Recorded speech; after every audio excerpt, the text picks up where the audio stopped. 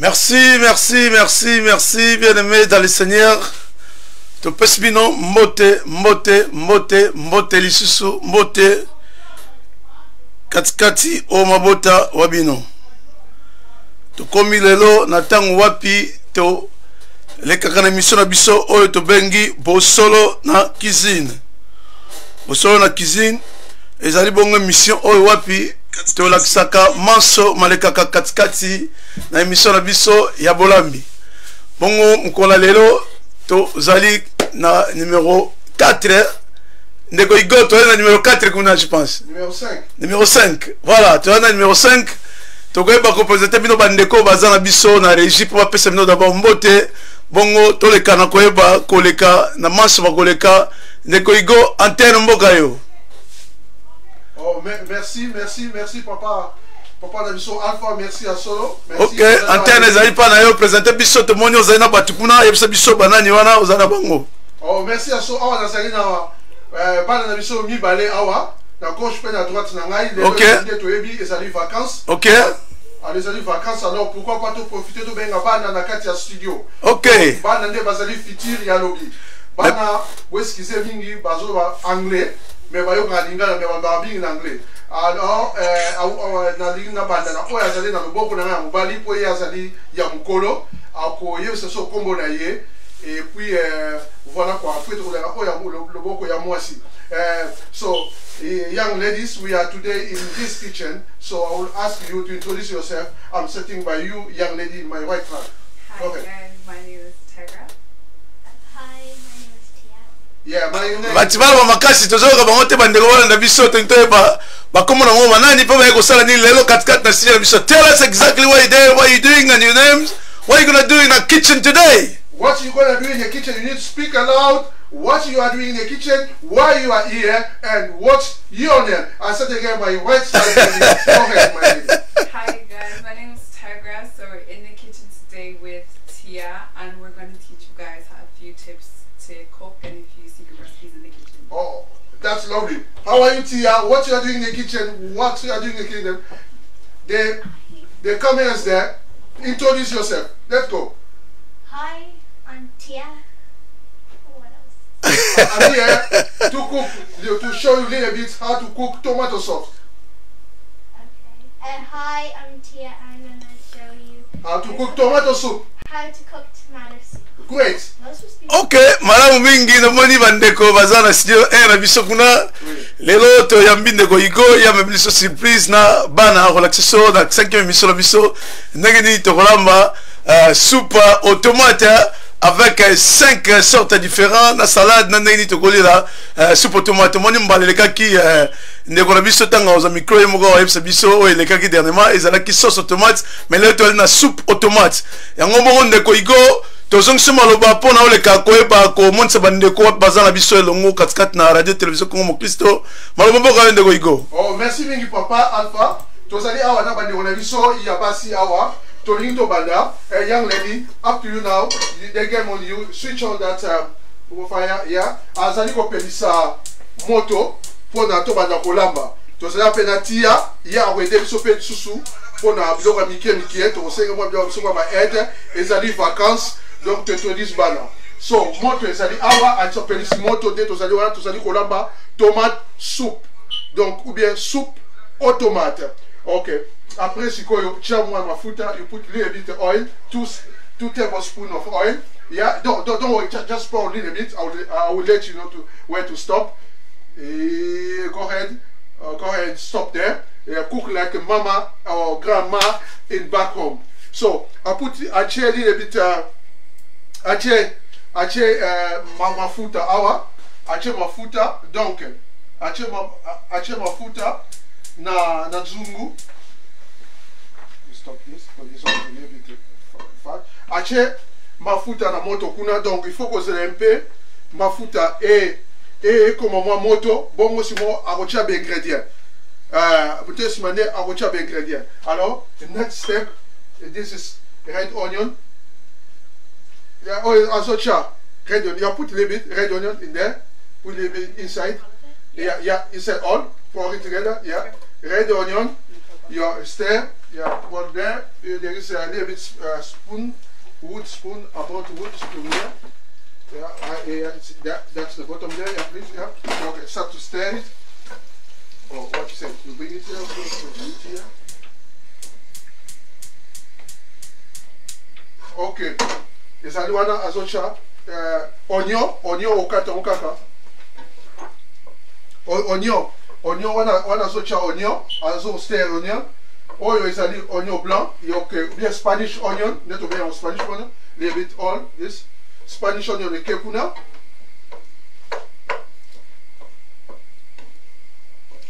Spanish onion, to choose Spanish onion, you need to be high. I think the highest one is this one.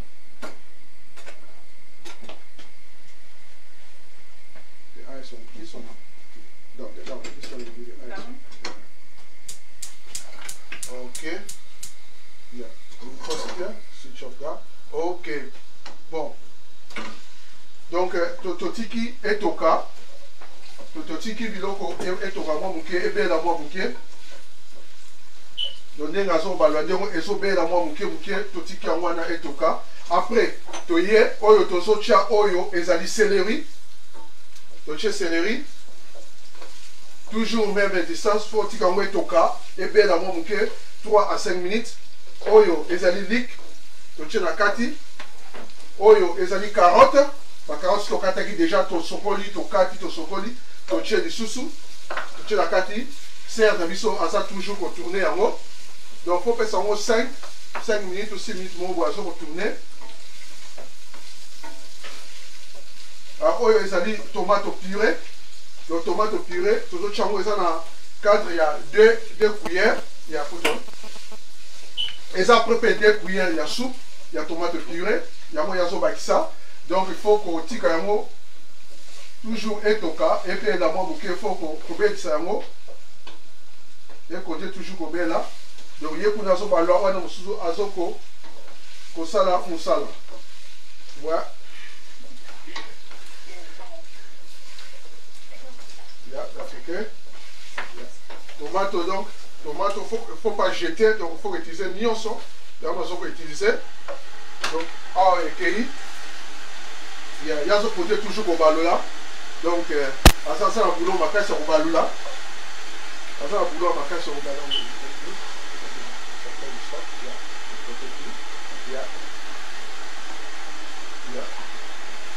Et puis, il y a du cordis.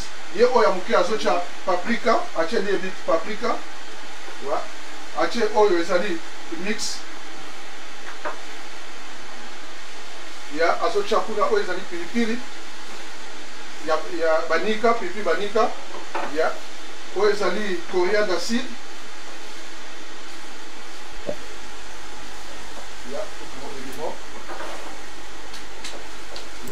Mais ndeko Igo tout le monde cuisine negozo kendela yebisa biso ekozwa biso combien de temps sauce tomate oyo soupe tomate ekozwa combien de temps pour na bandeko ba déjà. Bon, soupe tomate ezo dépend de sikoyo na tomate mais nga na conseiller batu ba belisa yango à partir d'ébullition et sur 30 à 35 minutes à partir d'ébullition. Donc 30 à 35 minutes de bana toujours autour pour ngai et longwa. Bon, ils ont dépendre aussi dans Moutou ou Azolambango. Ok. Ngai soit ngai amer en français. Amer wana et longwa. Mais dans le conseil 30 à 35 minutes. Oyo ezali tomato. Oyo ezali tomato bakata ya linzanza. Tomato bakata ya linzanza. Yango toche na kati donc et serre de biso wana azo toujours ko balo yango pona tomate ça a tendance ya kokanga bien ya kozika. Donc serre de biso azo ko balo kaka toujours azo ko balo yango. Après sikoyo ndenge abai comme la fois passée lingo za na mai ya moto. Pourquoi mai ya moto? Pourtant ko tia yango pour mai et balo biloko balo tokali rapidement. So tia mai ya pio biloko ekokita. Okay. I'm saying that I was saying that you need to stir that mix of vegetable for almost 5 to 10 minutes or 5 minutes, and then you pour your hot water. Why hot water? Because if you put cold water, the pot will go low, the heat will go down. But by putting the hot water, the heat will stay there, and then food will cook quick. So that's what I'm pouring now. Mais le cas n'a pas ko limbola na lingala makambo ze sabana po bandeko bana na biso ba meka ko comprendre aussi po bandeko bana na biso mingi na mboka to moi ba connexion même na Congo bandeko bana na biso to moi biso na Angola baza ko na connexion. Alors ndeko ala ko biso pour na sona na mboka to bongisi sona je pense. Mais ndeko iko meka ko limbola makambo zo lo bana anglais wana pa bandeko bana na biso ba iba ba compagnie no zo lo bandeko. Bon, na baloye sabana bana balwa bingi anglais, OK, bingi anglais kitoko koleka. Donc ça dit que tant tu les légumes, carottes, oignons, poivrons, biloko tout wana tant tu yango, donc tant tu yango to kalinga au moins mukie ko kalinga au moins mukie pendant 5 à 7 minutes. We're going to reduce the heat. To kalinga pendant 5 à 7 minutes. 5 à 7 minutes après seconde to tirer tomate purée, to tirer ba épices autres en awa, ne to zui maï ou bien maï to tirer maï à moto pourquoi? Parce que si on tire maï à pio, tendance moto c'est dans zoom eko kitamuke et ça encore là choc thermique mo resami moto na pio. Donc voilà c'est mieux ko tia maï aussi tokaki déjà pour biloko continuer toujours na livre na kotoka. Après on y pour ça là aux huiles oza kit magique ou bien kit magique on tient on a ligne zanza o ezala ki tomate o jusuma ya moto o tient na kati. OK, na kati po kit magique wana e panza ou soit pe ko iko so pa onka directement et ça là et l'autre côté. Donc et ça et l'autre côté to tient kuna. Donc voilà quoi. Bandeko bazomona yo mendeko iko to nito ebisa biso muke olobi sauce automate baliaka ngo mingi na nini? Non, ils ont soupe automate. Ah, soupe automate, pardon. Oui. Au soupe automate, au collier yango na lipa, au sucre à lipa. OK. Pain coupé de tobe ranaki, mais ça va changer combo. OK. Pain coupé. Donc bato bazana mboka ba collier yango na kanga journée.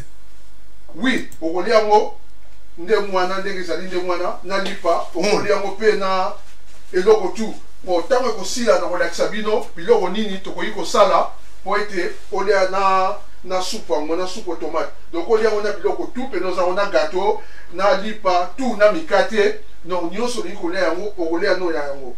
Donc ça soupe moko facile penda à faire. Donc ça penda soupe moko bien pour na maman bo sala yango na bana donc surtout mikolo de komi na tangu ya hiver awa hiver c'est bandi biso koto hiver c'est bandi donc il faut eloko moko ya kilo ya moto pour muto bima libanda bana bazoke de classe papa bazoke misala na bien on peut pas sortir dans ndaku donc il faut eloko moko pena ya kilo donc lokola ba soupe automate et ça dit très bien simple et ça dit très bien et ça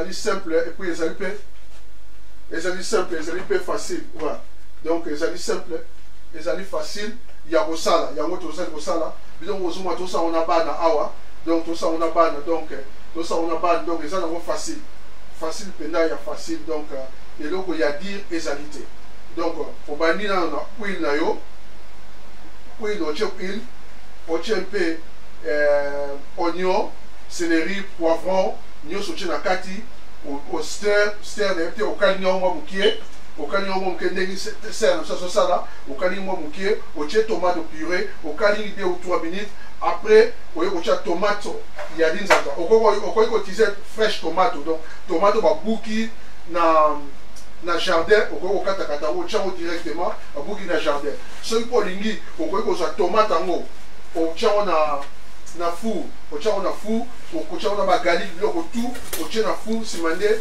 au luki mixer au mixer yango au sali sauce mais le pas tout ça ndenge wana te donc au les ali nzela mukuse donc ça la boye et quoi tout quoi et vous allez très bien et vous allez très bien tout ça sur la vidéo comme ça nickel tout ça sur la moi pasta tout ça la vidéo comme nickel awa to relaxa vidéo ndenge to sali yango et puis ndenge ni to sisa yango. OK ndeko igo na kanti mutuna monsieur ye wana oui to moni olobi sauce na biso ozali ko sa soupe disons soupe tomate ne ozali ko sala yango bongo olobi rezo biso peu combien de temps encore pour la ndeko ba meka ko capturer bien moi bien.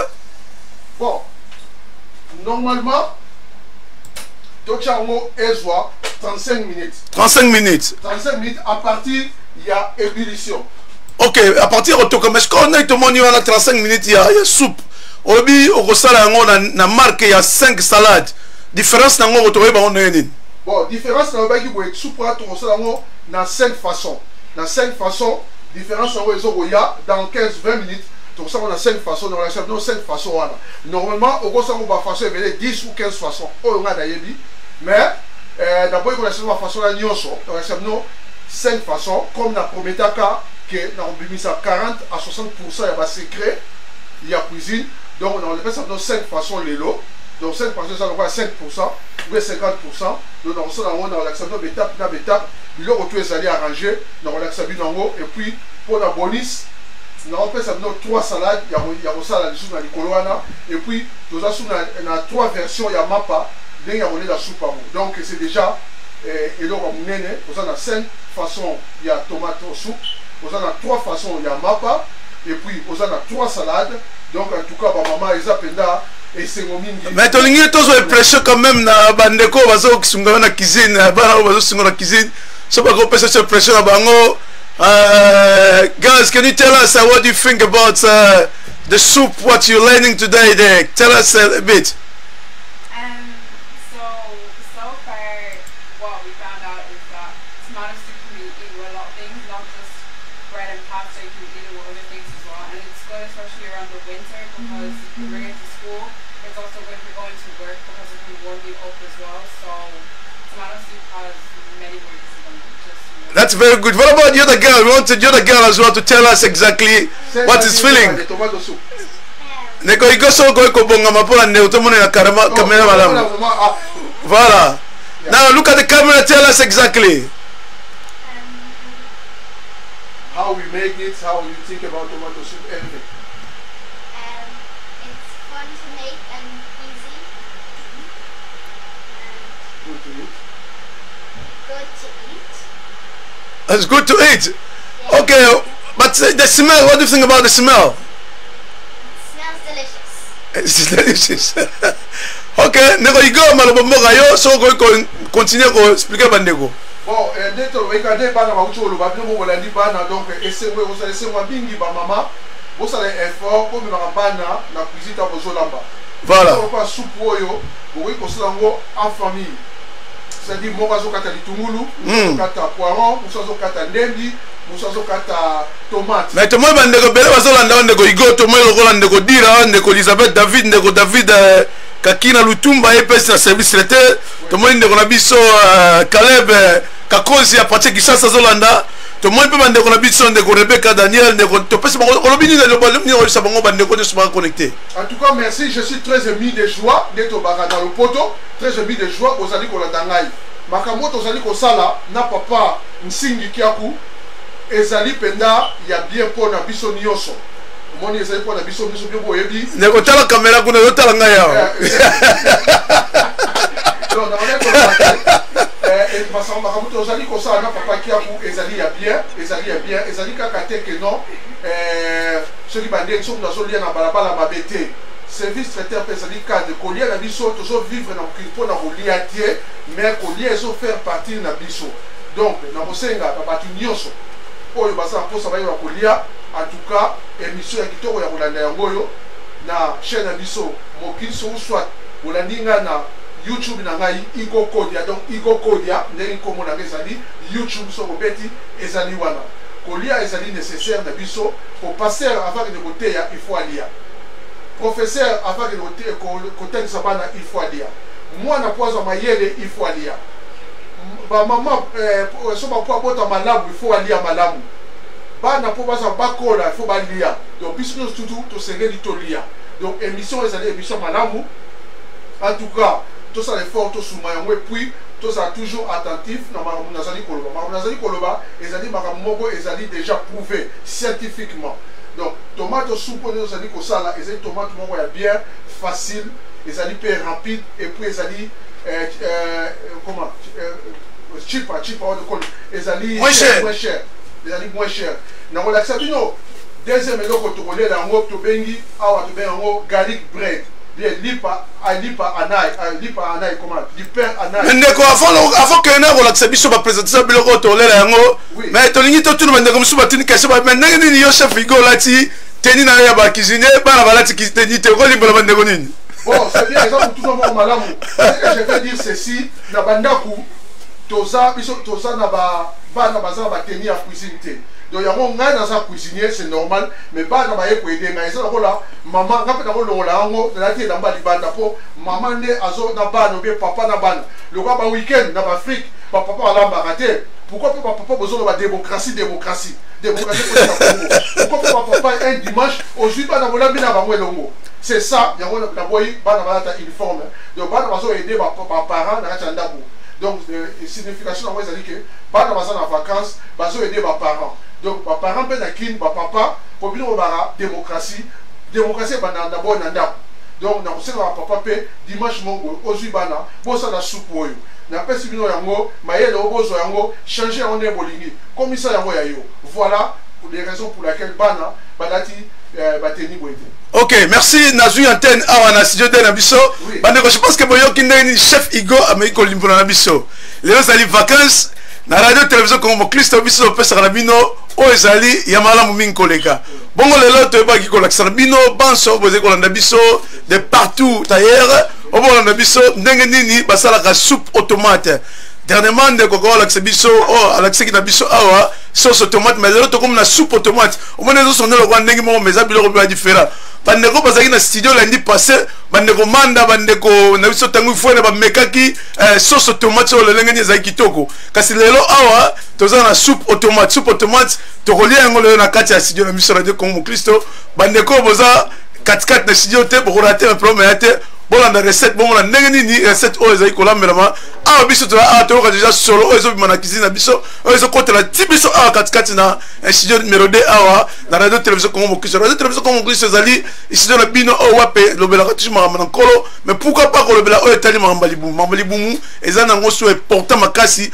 po yambo ya kolanda mateya esenga na biso nzoto ezala kolongono yambo kolanda mateya esenga na biso tolia pe malamu po tosala activité mosusu malamu bongo tozili baku ya ndeko na biso chef Igo Kodia o wapi azali initiative ya émission oyo boso na cuisine lelo azali kolakisa na biso soupe aux tomates avec 5 sortes de salade na mapani to kokolela soupe au to pesi bande ko baso na biso bomelaka sauce metsunga bokoyo kate za problème tel ko ande ko dira esika zali to pesi mbote lokola ndeko Caleb esika zala kishasa to pesi no mbote mais soupe bokomela te to komela yango biso mo katikati na esika to pesi ndeko na biso terrasse mbote esika zali ko landa biso to pesi bande ko nyusu bana na biso mbote vraiment bozali ebele mo to tanga ba kombo za ete ndeko Jires Kampa Kimpala mbote mingi biso lelo a tozali na sauce automate na 5 sortes ya salade tokozong sa antenne pa ndeko na biso Igo Kodia o wapi azali chef international ko rappelle bino ndeko na biso Igo Kodia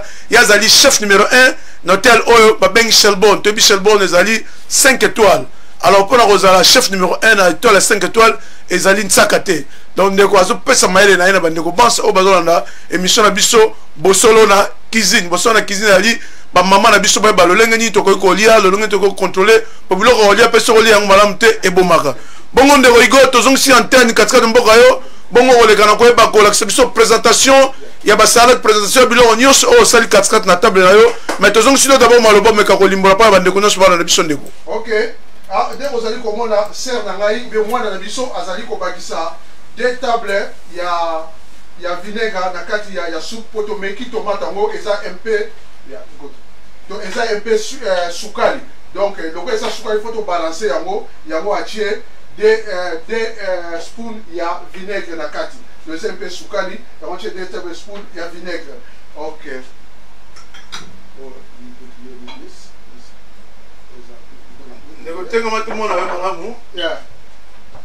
il y a vinaigre donc moi dans ça on continue toujours dans moussa naie donc aso ça habite toujours biloko neto ça ko ça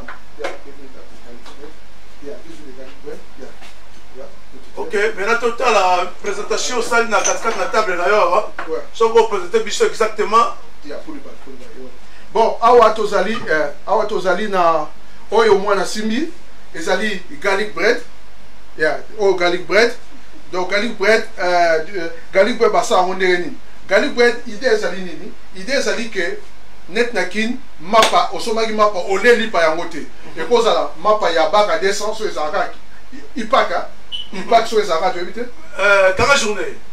kanga journée ozwi lipa wana olipa wana so osombaki yango olia yango te ekomi makasi olie obwaka lipa okobwaka yango te ozwi yango okati yango mike na batranche donc okati yango slash c'est-à-dire bon slash ezani okati yango mpe batranche ya mike okati yango batranche ya mike boye okati yango batranche ya mike ya boye so bozokoki komona batranche ya mike okati yango ya mike soit à diagonale ou bien babe yango en biseau na biso bata cuisine to be yango en biseau okati yango mike ndenge wana otie okati yango ozwi garlic purée donc ail purée ou bien garlic purée ozwi na beurre so oza na beurre te ozwi olive oil huile d'olive après ozwi brosse na yo ozwi tranche ya lipa okotisa yango neti na brosse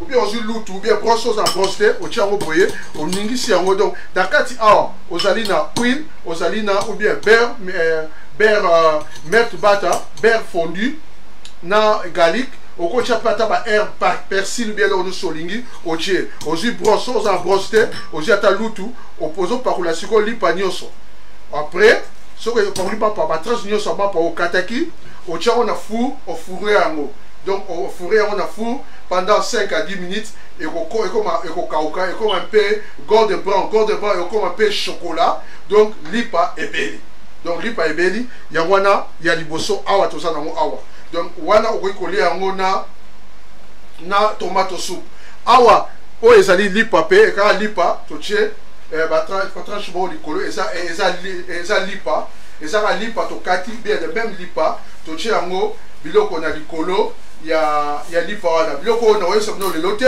nakoyebisa bino yango mokoboya na conférence et puis je vous demande de s'abonner bato balingi kosabone te donc tobombi secret oyo likolo nango awa nde omoni totie batomate tokata likolo totie mpona esthétique po epesa appétit ya kolia donc tomate yango oyo lipa eza na se tranche ya lipa moko bien bakata yango moke en rectangle donc eza mpe bien mpona kolia yango na tomato soup okoki mpe kozwa mpe lipa osala yango otoste yango toste c'est-à-dire nalakisa bino wana ndenge otoste lipa wana donc ezali nango kaka lipa ndenge tosalaka donc lipa next oyo eza bede tranche oyo tobenga pain coupé ozwi yango soki oza na machine oyo batosaka lipa te donc okoki kosala yango mpe na oven na four donc osala yango mpe na four na yo ekosimba mais awa biso tozalaka na batoster na biso ndenge otie boye tozalaka na batoster na biso donc voilà quoi tozalaka na batoster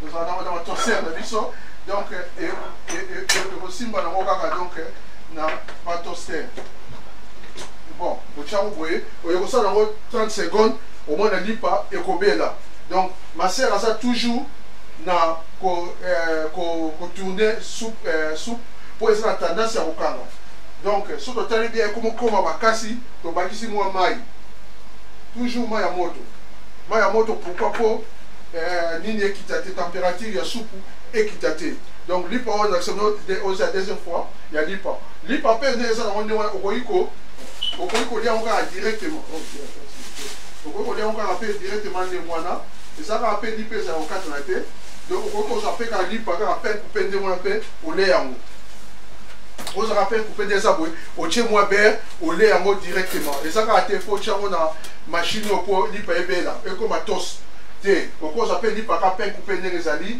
okati yango olie yango donc olie yango mais ndeko Igor nakanisi biso mpe tozali tozokolanda na deuxième studio tozokonte minute kala te 35 minutes ezokoka po tomeka soupe oyo na salade na 5 sortes ya salade donc toyebi te koyebisa biso nini tomoni tsunga ezali koya me bilei ezali kokoma kaka te olobi nini kuna ndeko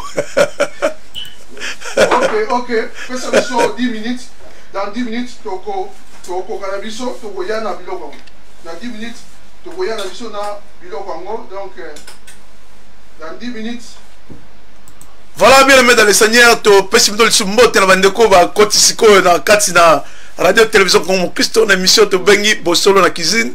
Voilà, lelo ezali bongo présentation il y a tomate soupe automate, tomate soupe avec 5 sortes de salades. Donc lelo to sali wana en direct et radio télévision comme Christo na ne biso igon kodia owapi azali ko présenter na biso soupe na biso ya mukona lelo soupe automate. Donc tomate au soupe to zo ki yango dernièrement les lundis lundi à l'air tous la soupe automate tous allés en direct donc dans radio télévision Congo Mon Christo. Voilà tous allés 15h49 na date à l'homme qu'on a lundi bande ko banso baza connecté na biso to possible mote le sous bon mais quand partager peut qu'on s'abonner le sous na chaîne na biso YouTube na radio télévision Congo Mon Christo ou encore na Igo un Kodia chef na bosolo na cuisine. Bongo tous allés qu'on continue toujours mission na biso lelo tsunga oyo ezali kobimela biso awa bokoboya vra bandeko oyo baza katikati no esika te boleka na koyeba kokoma topesi na bino mbote vraiment papa na biso Evodi Malonda topesi yo mpe mbote bapesi ndeko Evodi apesi yo mbote ndeko Igo soko ikoloba mwa liloba topesi antenne na mboka oyo. Oh, merci papa pour laquelle sikoyo tokomi prêt ya tozosela lipa na biso check na machine ya tobenga yango tos na anglais na yote bino na français donc un peu pour comment on appelle ça tous en français bon ou bien fourner ou bien d'autres gens fourner pour ça on a la machine ôter donc on a four c'est comme un peu chocolat né et belly donc machine oui on pose en mais ça que ça dans côté au tient lipa on a four au moins il y a un peu fini né avoir chocolat né fini donc lipa et belly mais ne rien ça ne ça bango skoyo. Ce que bazala pour ça la machine oyo na biloko c'est comment biloko c'est na victoire on est comment ngo bako kata ma papa Mathieu voilà bakola na biso pour bandeko ça c'est bazala biso nini oui donc nengi papa ocholoba baso mo na holocauste bilocauste voilà bilocauste baso mo na bilocauste donc eloko eza na bilocauste aussi des tranchements pour côte ici après ça au côte ici est commis chocolat boye ndeli pebeli li patango kobela odi yango okati yango kaka na katikati bon comprendre ndeko akenda kisasa mwa kala yango abi biloko ste ndeko iko foke na kabe kisasa ayo kenda kisasa kala ndeko okati yango mukie okati yango okocha pe beurre na kati donc ezali eloko moko ya bien ya kolia yango soupe okolia yango pe soupe to luka sa na biso moko ya kocha yango okolia yango soupe. Voilà ndeko to pesi yo lisusu to jo antenne bandeko bana na biso je pense que to komi kala tête to zo meka soupe mais to ben sandeko Igo aya ovanda katikati na je na biso kit na ezali déjà awa ye moko alimbola présenter bilai na nini asali soupe automate voilà tomate soupe ou soupe automate ezaka na moko ndeko Igo to zo zela toujours awa na katikati na je na biso ba ndeko ba moni nini ozolamba tomate au soupe oyo babi bana bana vacances batata fo balakisa bana nini bakata kama tomate nini basala kama sauce vraiment c'est important parce que bana bazi vacances il y a moins une semaine pour la fête na biso Halloween to zongi susu maloba et pas ya mboka yo ndeko Igo antenne na mboka yo ndeko. Oh merci beaucoup papa nangai merci beaucoup to ça c'est kokoba merci l'antenne to ça ko préparer na ko mélanger soupe yango na ko mélanger yango donc dans disons dans 5 ou 10 minutes, et Maraboutou est aussi là, donc tu remets soupe automate, ça dit très bien, en tout cas je répète, ça dit très bien, dans la couleur en soupe, comme la couleur, il y a Matabière, Mato Babonga, là c'est vraiment dangereux.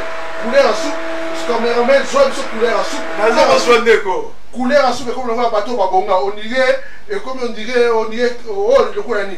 C'est comme le jus d'orange, mais ça tomate. Et comme le bonnet. Donc, nous avons là, soupe comme le jus d'orange, mais ça jus d'orange.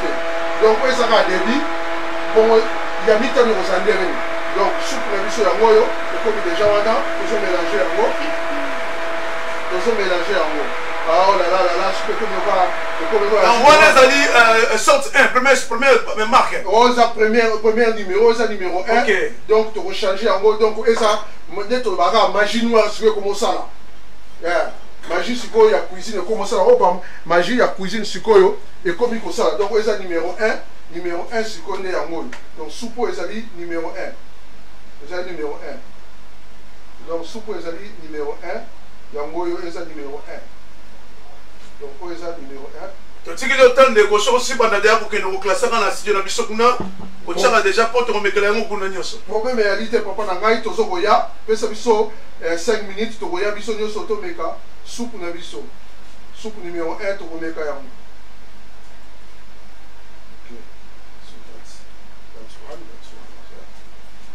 bandeko baza bele na lili ndeko bazolanda ndenge tozokotala basala soupe na biso awa vraiment makambo oyo ezali matata nasepeli ya trop yeso bango nasepeli ya trop ndenge bazokolanda boye nasepeli ya trop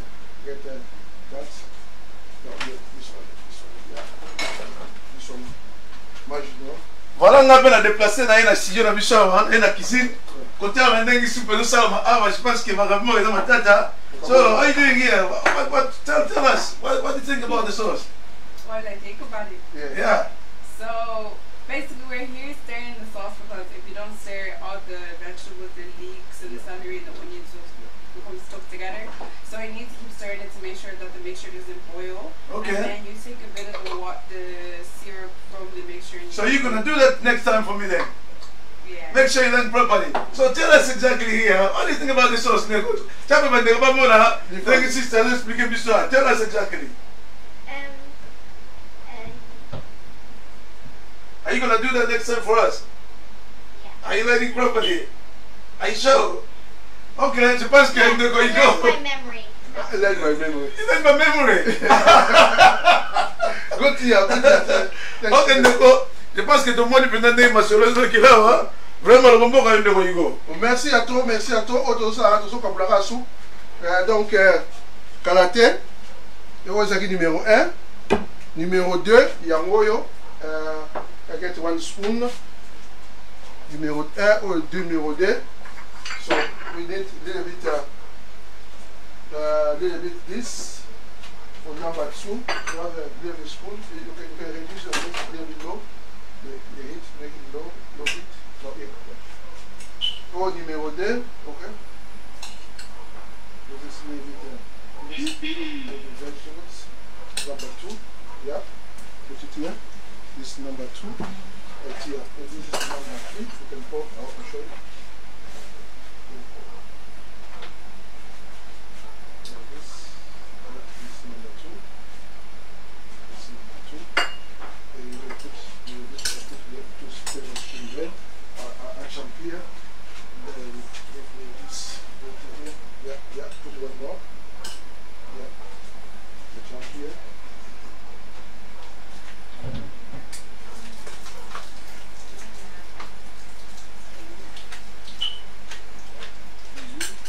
Ouais. Bon, tozokoba kaka na soupe tomate biso. Tozokoba. Nasi bozo na biso en direct, bozo mona nde tozokende donc. Tozokoba oyo ekomi siko numéro 3. Oyo ekomi na version 3e version ya soupe oyo. Donc nde bozo mona nous allons vous expliquer dans quelques minutes. Makamune ezoleka au numéro 3, third plate. A little bit soup here. Yeah. A little bit soup there. Yeah. Bon, vous avez moi un dernier servi. Donc, tu vas une soupe 1, 2, 3. Donc, dès que vous pouvez 1, 2, 3, a little bit more. A little bit, yeah, that's good. Thank you. That's good. Also, numéro 3, the same as well here. This young lady. Yeah. Yeah. Numéro 3. Donc, also numéro 3, Sikoyo. Yeah. Also numéro 3. La soupe ndenge tozomona donc nazo chango sikoyo nazo landango na numéro 3. OK, thank you. Alors là nous avons numéro 3. Alors là nous avons pena numéro 3, 1 2 3. Oh ça numéro 3. Oh ça numéro 3, la soupe na biso numéro 3. OK. Oza numéro 3. Numéro 4, Sikoyo. Tokobina numéro 4. Soupe d'ambition numéro 4. Yeah, number 4. Soupe d'ambition numéro 4. Wait for number 4. Yeah. Soupe d'ambition numéro 4. Sikoyo Tokobina. Soupe numéro 4. Soupe d'ambition numéro 4. Soupe d'ambition numéro 4. Dès que vous avez fait soupe. azotia soupe awa. Soupe na biso numéro 4 yango wana. Soupe na biso numéro 4. Soupe na biso numéro 4. Soupe na biso numéro 4 yeyo. Soupe na biso numéro 4 ye wana. Soupe na biso numéro 4 ye wana. Toboyi kotia soupe ebele po. Soupe na biso numéro 4. Okay, thanks a lot. Soupe na biso numéro 4. Soupe na biso numéro 4, thank you. Thank you, soupe na biso numéro 4. Oh, soupe na biso numéro 4. Bon, si vous avez la version de soupe, il y a numéro 5. Qu'est-ce qu'on va faire avec numéro 5? Numéro 5, il y a aussi le numéro 5. Donc, il y a le soupe, il y a numéro 5. C'est numéro 5. Version il y a soupe numéro 5. Ok, tout le monde a dit ndeko azaliko laksabiso ba sauce ba soupe nyonso. Tout le monde a ba soupe nyonso mais ndeko David maestro o raté gaga bon, ils a prometté comprendre gaga aux en biso longotawa awa ils a makamba ba soupe. Donc tout ça awa soupe automate. Moi dit avant bête musique malamu faut li bumeza la bien. Ça bon ndeko igo. Oui, ça bon avant ko bête musique malamu faut li bumeza. Faut li bumeza la malamu, hein? Faut ça biloko tout et donc tous amis qu'on a dit la version numéro 5. Numéro 5, ok, toi là que ça va ndeko, si je vais mona. Voilà, ma soupe nyonso ngone tandamia wa. Version numéro 5. Vraiment eza matata lelo, lelo eza matata. Version numéro 5. Lelo eza vraiment matata. Ouais. Eza version numéro 5. Ouais, that's good. Lelo eza matata lelo. That's good. Lelo eza de fouté.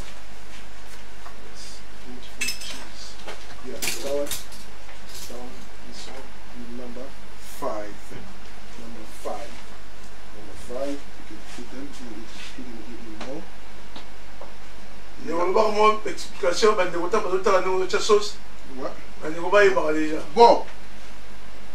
bon, tu commis presque tout ce que le côté souka.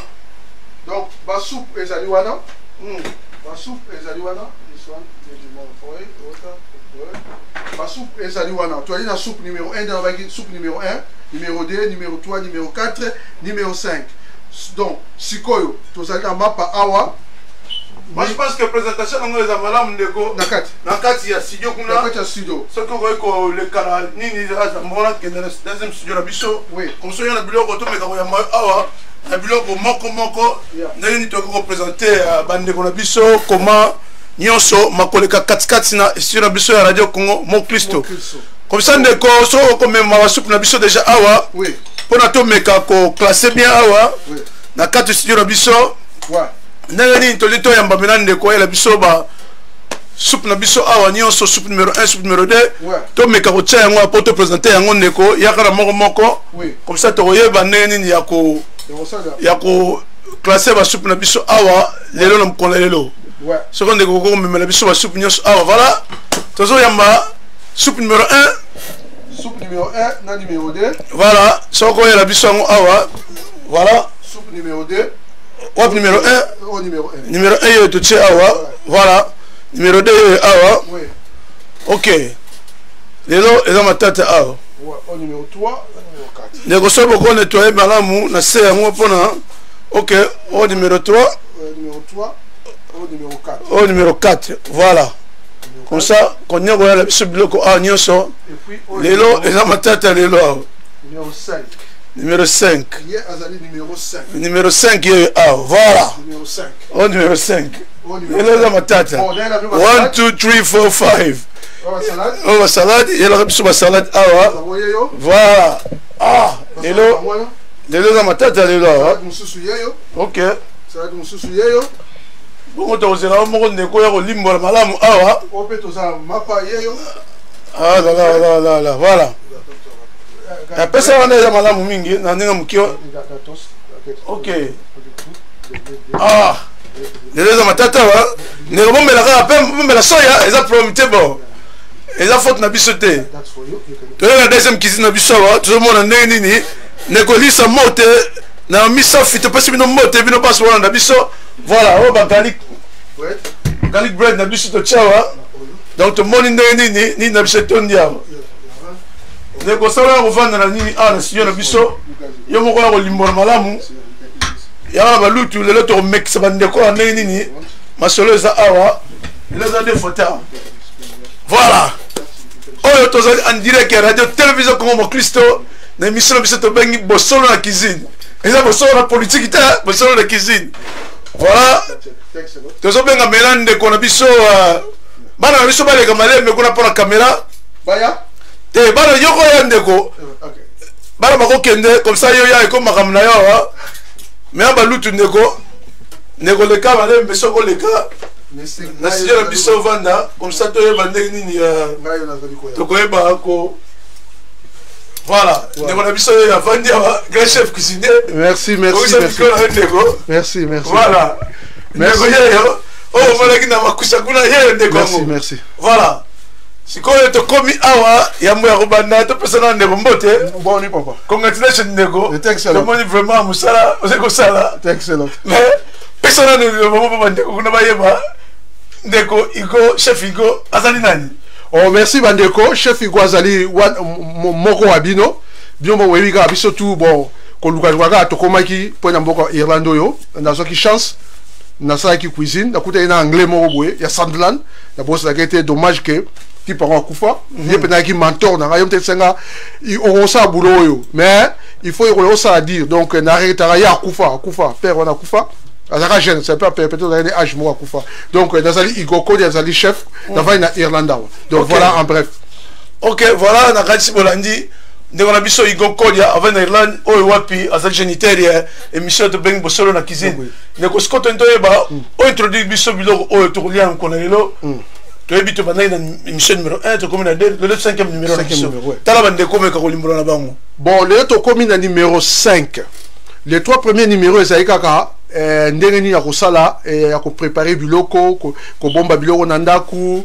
nutrition et puis na maladie nini ko kota na ndaku soki o bomba biloko bien tout ça biso bande ko ba partager oh mais il faut partager cliquer partager abonnez-vous tout ça na poste ko ça 1000 abonnés avant fin de l'année voilà est-ce que beaucoup ça partager mission partager mission bande ko mission ça va monter nego ça boy partager mission partager ba recette aux oya comme ça ya yo nego clean bosuku partager mission nego mais comment pas moi papa partager mission avant to zongala avant nego wapi soupe numéro 1 soupe numéro 1 yango yo kele na igoko dia YouTube cliquer partager o ezali soupe numéro 1 papa nanga ezali awa ya ko meka yango obinga azala na nini moko sona meki na bi comment on différencier kitoko andeko mabe mboka yo ba mboka ngai voilà bandeko o eza soupe numéro 1 soupe to meka ye fona ba la ba meka ga bongo ba lo meka ye OK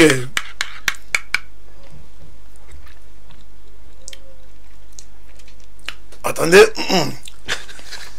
Dato aza matata mingi ya pas à digiter pour souffrir bato soupe oyo ouais félicitations nego merci ouais je pense que ça dans la colonie soupe et ça mala mingi kitoko andeko on est numéro 1 ouais parce que expliquez-moi sur composition numéro 1 ça n'a différent par rapport à numéro 2 composition numéro 1 ezali ka ndenge mama abandoko sakuna donc ndenge commune ngande lingo bela boye on ezali numéro 1 numéro 1 ezali ce que moi j'ai fait ezoko dépendre na bato pour moi na so PC soupe lelo ezaka tomate soupe à mixer au PC 1 donc ezaka tomate soupe pure ozo tomate nyoso tomate linzanza tomate ya fresh tomate so ya ndenge nini osui okozo apé tomate o tchango na four o roast ngozani au fourner yango o lamia okuna tango za biloko do sozui moulinex bien mixeur au mixer yango o tire ozo bakisaka stock mais on est ça moulay trop et ça compliqué moulay trop mais moi je pense que bandeko baza raté na tsungu zo mona soso baza raté papa ça les formes là ça bango bakanga c'est ba recette oui moni o pena tango toujours mona bandeko bazo landa ndeko Charlotte qui mouille satan au sali papa il vena soso yo obike ndeko machine na obligation à parler de ouais to me numéro 2 hein numéro 2 go ahead ya mais non mais dans la même lutte quoi on comme la même lutte et là mais la lutte je pense la différence ndeko oh bon je bien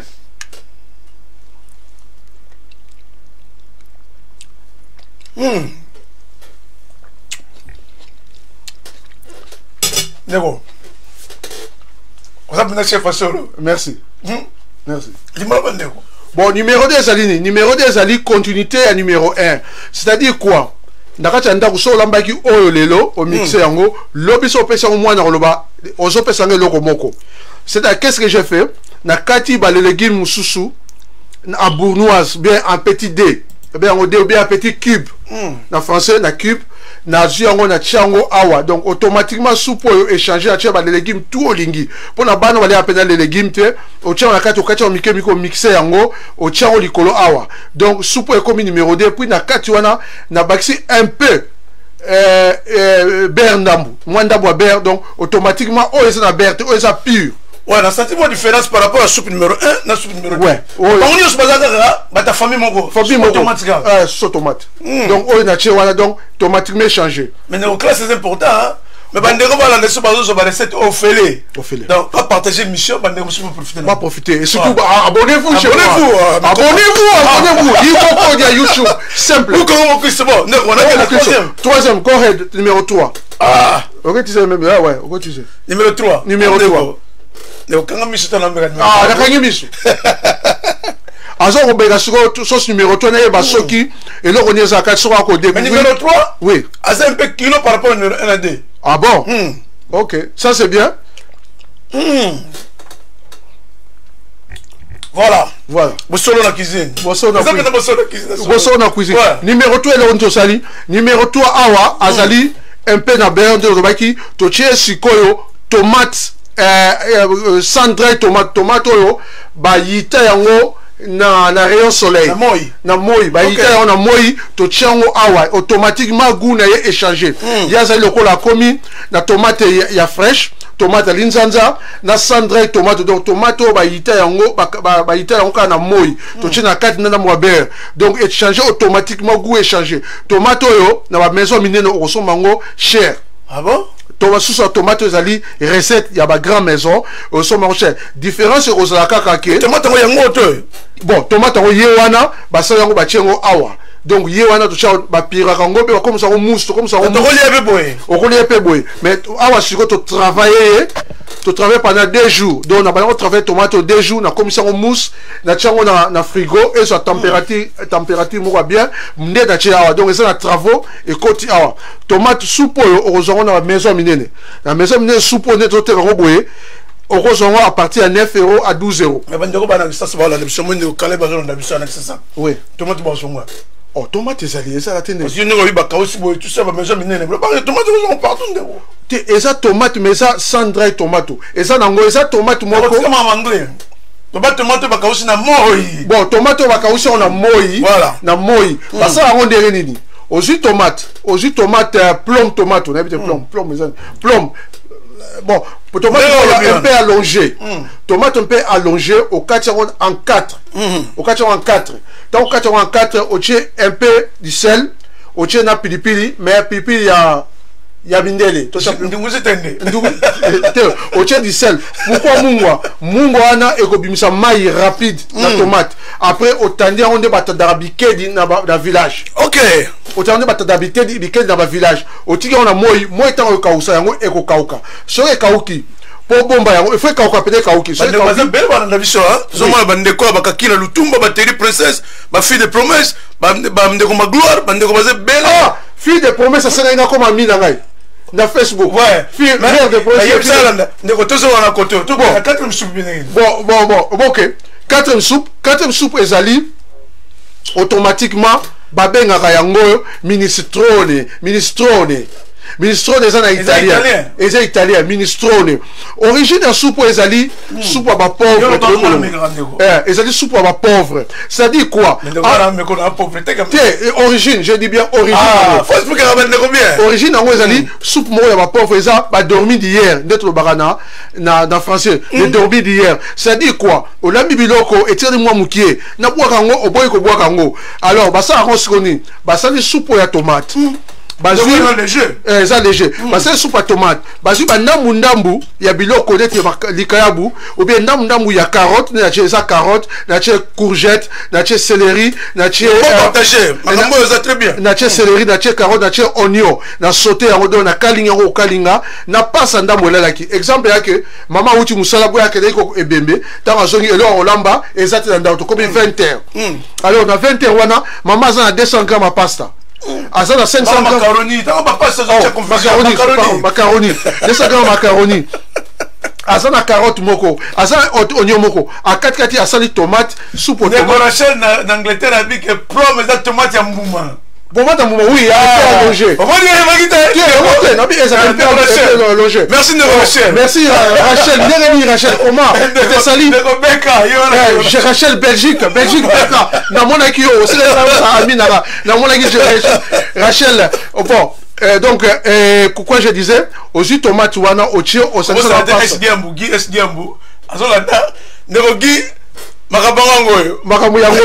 j'essaie un peu d'expliquer. Si c'est le numéro 5, non, c'est numéro 5. Oui, ça dit donc au kati ba carotte. Bon, non, idée ça dit que aux agri na soupe na onandaku, soit déjà 500 grammes de soupe. Ou bien na yereta na parler na kosa nango nini. Ba na bazoli anza. Aujourd'hui 500 grammes de soupe na yo, au tchango na nzungu, aujourd'hui 200 grammes ya quoi là, au bagi na ba pâte. Tiens au kati on ndambu o lambi pasta yo o kati na carotte moko ko zali nango e na carotte moko litungulu moko pasta moko céleri moko o kati on ndambu en cube mais blague quoi biloko ya legise mun nago ah ben comment eh ben comment ça on soupe mais ça simple mais ça après au kati biloko yo o sauté yango o sangisa on na soupe yango ba benga minestrone so zali pe na ndambu ya lardon ou bien lardon ben roneti bacon ah lardon ndambu au kalipe bacon au chia on a kati et ça soupe moko to ko benga ngo bitoto on est pas là bitoto pour bitoto ba sangisa ndambu ba tie mais ça là toujours na ça bitoto to benga bitoto so que na ba yombe ba benga bitoto bon so ba bakisika ka ba ba le bing makemba ba che makemba manianga Baba nianga tout donc ça bitoto banianga bon ça pena bitoto donc ça au kochango pomme de terre au tchena kati au kocha sur la pomme de terre au kocha boronine makemba au tie donc so tchena makemba comme déjà ba bitoto OK numéro 5 OK manioko comme numéro 5 vas-y numéro 5 pour parler du numéro 5 5 on est dans bon bango c'est numéro 5 nego voilà numéro 5 oh nego gi bien nego terre sponge prometteur numéro 5. Ah oui, on met le numéro 5. Nego. Avec la sous. Yo. Ah, ça, mec, à l'issue. Avec qui l'issue? Ça, non, ça. Avec la sous pour la troisième fois. Nego, on comprend ma mot. On comprend les temps. Nego, numéro 5. Azam, quel est le numéro 3? Ça veut quoi le numéro 3? La différence, c'est que le numéro 3, c'est un peu kilo. Ok. Hein? Ok. Numéro 4, c'est léger. Ok. Mais le goût, non, c'est maintenant 1, 2, 3, 4, 5, mais ça a un goût différent. Ok. Andeko. Nous comprenons ça manger maintenant. Et ça, on a quoi ba musala. Comment musala? Parce qu'on a soucié ça que bandeko balanda biso pas capable et on sent bon monde bandako. Il faut ça poser pendant que la zone méga expliquer à bandeko recette boye ndeko. Faut te relayer la tête ndeko.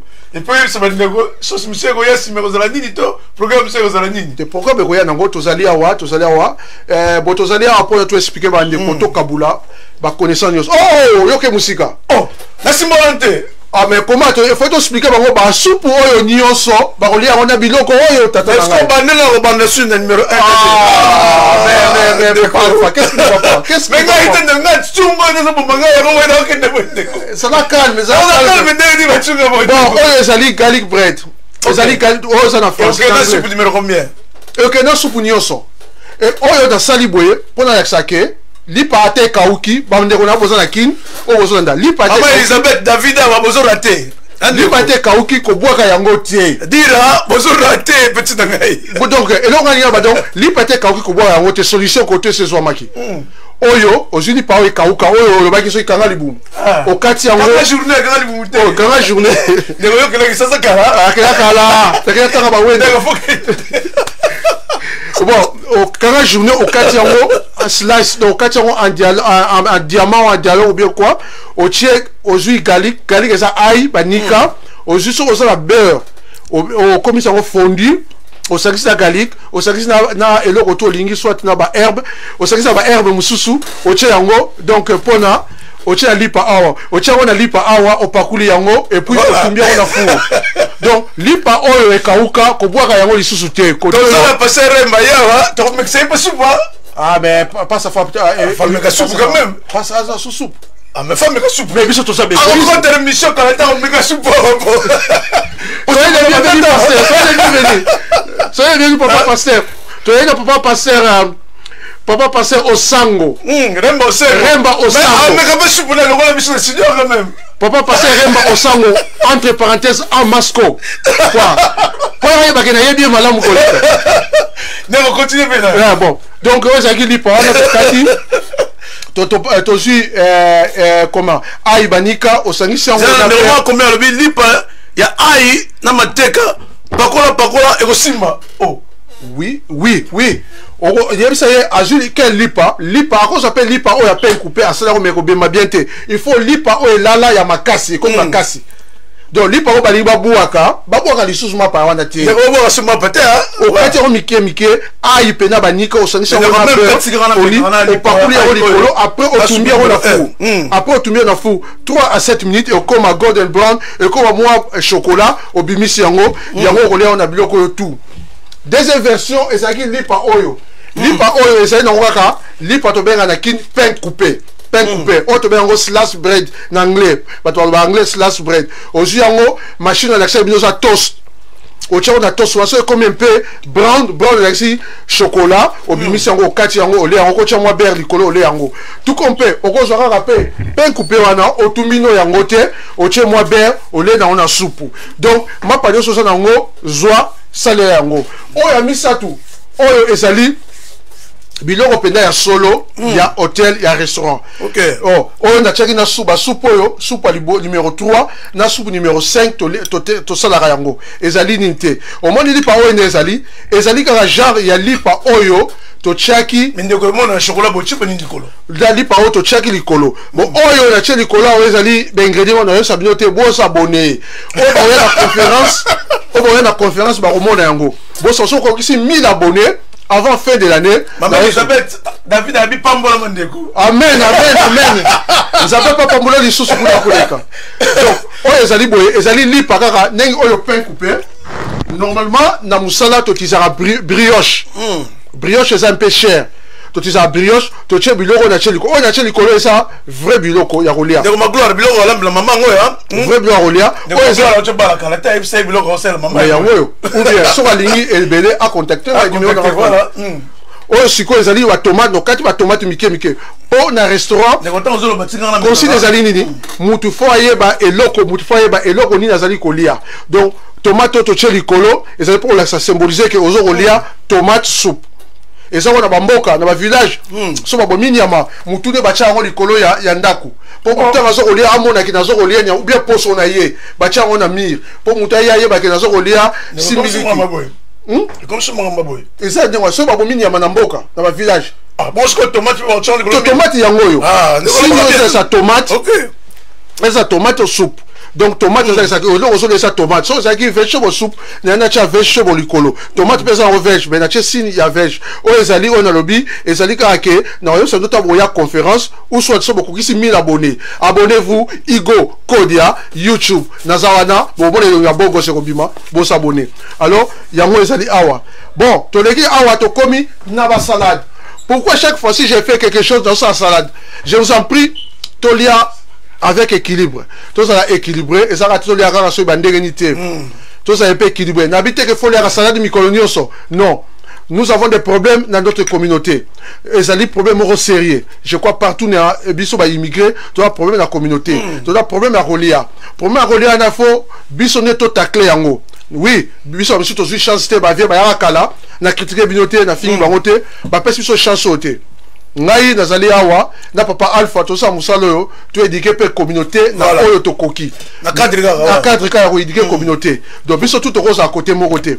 Alors il faut relier avec équilibre, avec modération. Salade ezali bien salade on a base il y a tomate pour vous dire que avec tomate on peut faire beaucoup de choses. La soupe ezali 5 so dans le bina comme ça 15 to comme 15 on a consommé des tomates et ça soupe consommer des tomates to ko cha soupe à la milanaise parce que remba biloko eza bien soupe à la milanaise donc soupe ya milanaise ça ba italien soupe à la milanaise to comme ça golden soup ça dit soupe moko tochaka feuille ya gold ezani ya or pena baliaka tochaka ngo na soupe okomisa yango donc basoupe barecette ezali ebele ya tomate. Alors tosaute mbango mpona temps toza na salade au tomate, toza na tomate bino mokomona oyo ezali batomate oyo ezali radish ezali bien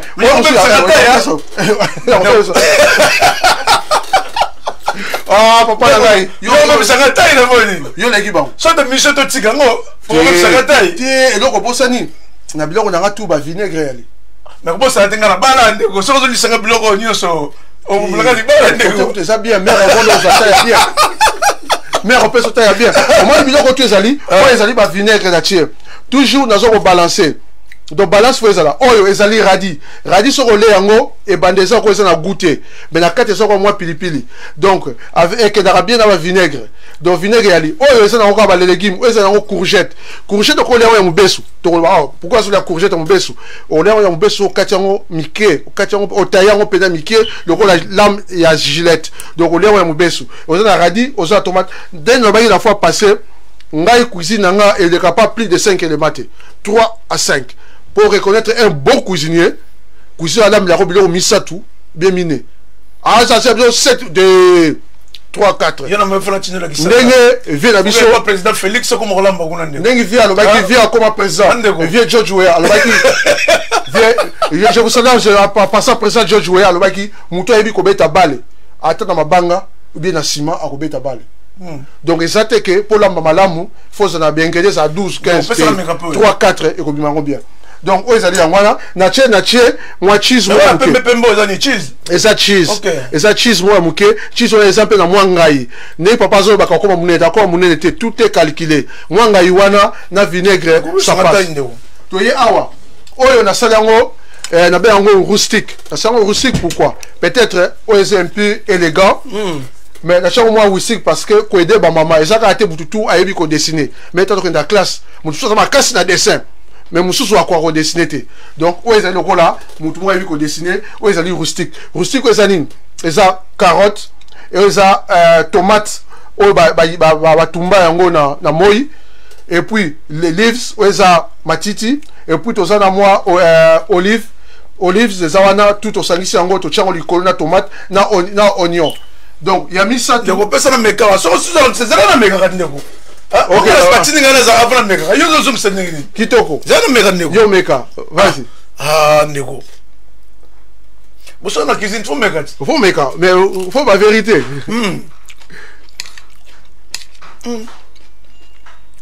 Ndeko comment maseo. Ça peut bien. Donc avec un ministre toi après son verdict papa moins den. Abi azoliana rolobana nte azoliana nous bozana moi muke je regrette pour vous amis moi boya la kata studio za te mais nazo senga na bino nazo senga na bino conférence de kozala boya il y aura des surprises conférence de kozala ne manquez pas il y aura des surprises et je vous demande boya en tout cas nombreux ba surprise de kozala na otika bino boroté na ça no ba surprise la conférence non ouais ça marche merci papa ça m'a appelé mbote Natalio c'est les bien. Alors, c'est un peu moto boy. Ouais. C'est les bien. Les bien été changé. Natalio, les bien. Merci. OK, na sugar. Yabi Satou ezali aussi salade. Salade oyo ezali différent na oyo. Oyo ne kopita bazai partager. Awa ozo natendeko. Ezali salade. Salade oyo biloko ya mike ozo mona ezali ba mozzarella salade ya mike, ba be en bowl ya mike. Eza mozzarella salade tozo na carotte.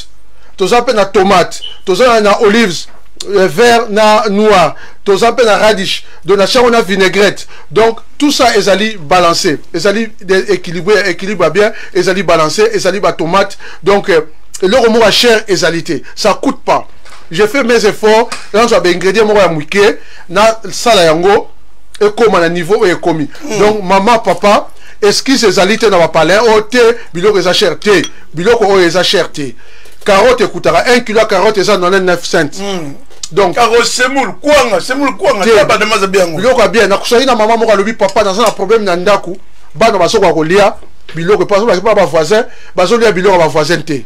Donc nango ba idée ezali yango yo zo ba idée oyo komisa ngo ya yo partager nego lisa mote nego mami ekima nego Charlotte Kamwisa nego zata bele nego nana mpongo nego bazai nego Resto Galaxy Mambo Rebecca Daniel makamanga ngo bandeko bandeko bazata bele bazolanda biso nego toko koneka kata yo tikela kana mo minutes na mega suka te tika bandeko to continuer bandeko no melite 30 minutes ndeko OK na mega suka maka ya suka wa ruba ebula pembo mozzarella mozzarella cheese au moins mozzarella c'est fromage mozzarella les fromage moko ya ba italien normalement ba italien basala ngo liboso mais mikolo pe ba suisse pas ça juste ba kena magasin faut y ça bango ba komaka nini na awa na kini bien awa bon ba maman na ngai so kena magasin moi toujours ndatinda rabino na Lidl na Aldi ndatinda bino kuna te po mabe kuna nde bokozwa bilo ba produit o na prix ya C eza nango wana mozzarella cheese ezali na sombaki yango 79 centimes je crois si je me rappelle bien bon noir bolive ezali eza na ba shop eza na magasin eza bolive ezali eza nango eza 89 centimes bien 1,29 comme ça ezali bon orange radis et bakitsaki yango semaine notre côté na shop c'est semaine expliquer bandeko ba ko ngwa pi oh ezali na Lidl na Aldi yo pesa de 7 oui donc tu vas m'en kutela ki pesa de 7 ezali na Aldi na Lidl ezali na moins cher ba yango radis OK place ba chaka ba vegetables ezala moi paquet moko wana ba petit na ba edenga ba keya bakindaki déjà bango eza moi paquet moko boye radis eza radis ba yango radis radish ba yango radish eza nango wana et beaucoup yango ba kikumbe ezali ba radish ezali ba courgette ba olives tout ba oza plum tomate baby cherry plum tomate ba cherry tomate eza nango wana et dimanche passé je crois ba soldat qui on a Lidl bien Aldi et na 79 centimes donc biloko na ça ba recette na ça là nazo que ne kosomba biloko ezali moins cher pour ekoka famille nyonso donc excuse ezalité père ezaka atotine la mère car mère fois lambango papa na maman net lelo journée fériée comme ça yango moninga na bana ba aider na cuisine donc ezala chaque samedi dimanche eza devoir à ba parents bolo bana biso non démocratie to ça ba démocrate démocratie ba na ndaku alors yo papa benga bana na cuisine bolamba ensemble yo la vraie démocratie voilà les vraies démocratie voilà les vraies démocratie continue le barandeko po biloko aussi là oh t'es pour réalité voilà les vraies démocratie donc yango na so senga qui muto na problème benga numéro dans les wana 087 68 36 88 numéro nanga 087 68 36 88 n'hésitez pas benga ngai chef Igo Kodia. Vous pouvez vous abonner aussi dans mon YouTube channel babenga yango Igo Kodia comme vous le voyez YouTube au moment la photo il y a Bogos et comme ça donc au cliquer kawana ozali vous peut papa nanga awa mon Christo TV bon ça n'a pas été bon s'abonner donc bon s'abonner bien bon s'abonner bon ça peut s'en courage la personne va recette nyoso comme je vous avais promis 40 à 60% il y a secret à cuisine na ko bimisa yango donc ceux bon s'abonner je mange bilili azo na hein yem ça s'abonner na moni était yem ça bango pas s'abonner ceux ba s'abonner na ko bimisa yango allez au moni 5 sortes il y a soupe aux tomates lundi mardi mercredi, jeudi. On va pas s'arrêter après l'émission. Tu as ta récupération. Et c'est là après l'émission. Donc, vous allez se coucher toujours. Bon, après l'émission, tu as un tango, il y a bilei. Il y a spiritualité. Papa Remba au sang waza déjà na studio azo c'est là impatiemment. Nazo mo nazo c'est impatiemment. Bon, o ezali bilei ya nzoto, bilei ya ya molimo pe molimo pe nzoto ya bien. Quand to lobaki, avant passer la terre malamu, il faut aller à malamu. So aller malamu te côté ya bien te. Yo pe mo nibo zo landa. Avant la malamu faut aller. Mais faut aller bilei nini? Faut bien sauce tomate au ça a papa Igo Kodia zali wana Igo Kodia YouTube channel na zawana mais tout le monde côté Serge Kodia donc vous même combo Serge Kodia humanité sauce Kodia humanité na habite humanité ce qui est le banine Serge Kodia, je vous salue sur cette émission et abonnez-vous aussi là où vous êtes. Devenez je suis prêt à divulguer 40 à 60% des secrets de la cuisine. Et voilà. Et bon. Donc merci beaucoup Tozali Awa. Na papa na Alpha.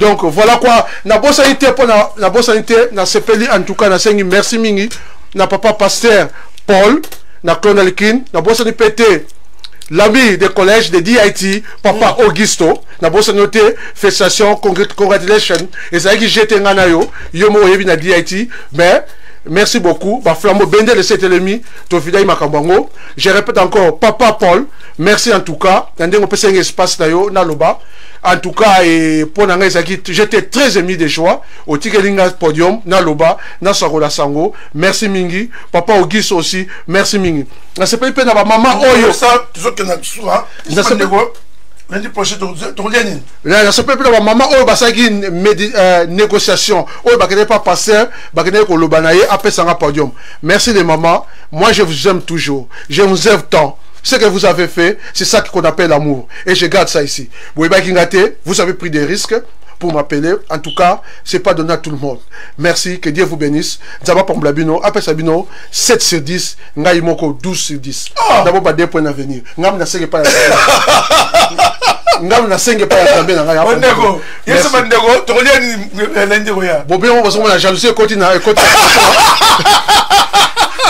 jalousie côté bazali bazali ngabaye ba chef semaine prochaine to relier nini ndeka to sobaka je suis en cheval na sala bino nini na lié na sala bino ngombe mais na maman moko atenga nga bi loso ya ba nigérien mais si je regarde c'est bien t'as pas masse na moko ya ivoirienne que je salue c'est na ya ivoirienne yo zali musulman o ya so na respectaka yo zali musulman na so na respectaka ma chérie B on va s'arrêter là comme Christo na da saluer yo maman na ya ivoirienne ya musulman merci à toi après azali prête ya ko livrer na quelques secrets alors na les pas na loso wana na les pas ya camarade na moko ya nigérienne aussi ça nga loso na camerounaise mais loso ya ça peut être compliqué parce que c'est un salango et ça compliqué j'arrive et ça retour ta récupération ko yandeko pesa biso to kolia ni ndeko et na ya wana sokende loso wana ba nigérien ça peut être compliqué ça ko ba loso moto na lamba na kini ya kala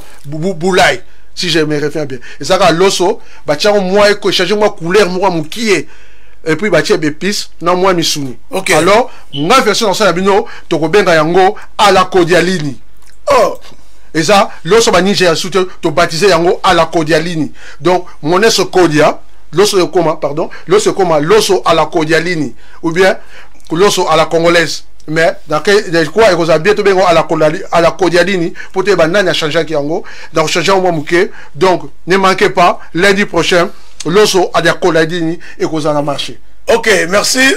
Tu m'inquiète, l'osso à la Kodialini. À la Kodialini. Ok. Merci Bandeko. Je pense que Zala Kiwana, Bosso na cuisine, tout le monde n'est Ndeko chef Igo Kodia à l'activité soupe automate avec 5 catégories. Zaki numéro 1. Zala Longola écriture un peu Bandeko Bamonabia.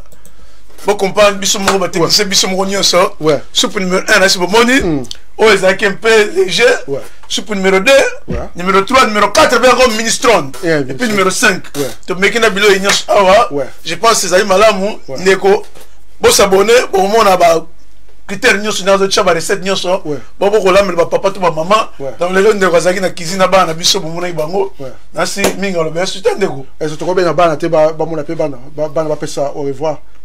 Mais bah les colonnes de go. Respect aux enfants. Droit d'enfant, bah sinon en France, on a mis ça 80. Droit d'enfant. Ok, bon, quand on a quelque chose dans les colonnes. Et ça a plaisir. Comme d'habitude, on appelle ça notre esprit. Il y a l'oswana, l'oswana kozala, l'oswana ezali on aliaki. Ezaka bachango moi l'os à pembe, bachango moi l'os moi rouge. C'est biloko wana rouge, c'est-à-dire que ezaloko la kaka. Bah check un peu paprika. Mais ce que moi je vais faire, n'a pas changer yango, n'a comme ça simple, facile et efficace comme d'habitude. Je vais changer ça, n'a comme ça on mutunu to akosa on andaku. Même aux anakin au salango, même aux partout au salango. Lipa oyo pona on a bi pain au garlic bien pain à l'ail sokoza na four te na ndako. Moi je vous conseille aujourd'hui quand ali pana au katiango au tumbi yango na biloko to tumba ka mundele to chaka loko moko ya fi de fer wana au tumbi yango juste tous les deux côtés après aujourd'hui aïe na mélange au sopia en likolo au soli pa oyo et fait ya lipa oyo idem avec lipa oyo à pain coupé au che yango ndenge moko donc l'os wana bo hésiter boza na ngai non ça non l'os wana donc pour la nini j'appelle les enfants venez les enfants c'était aujourd'hui comme ça aujourd'hui c'était férié aujourd'hui ici les deux aguets férié voilà elle s'appelle Tia et sa sœur Taga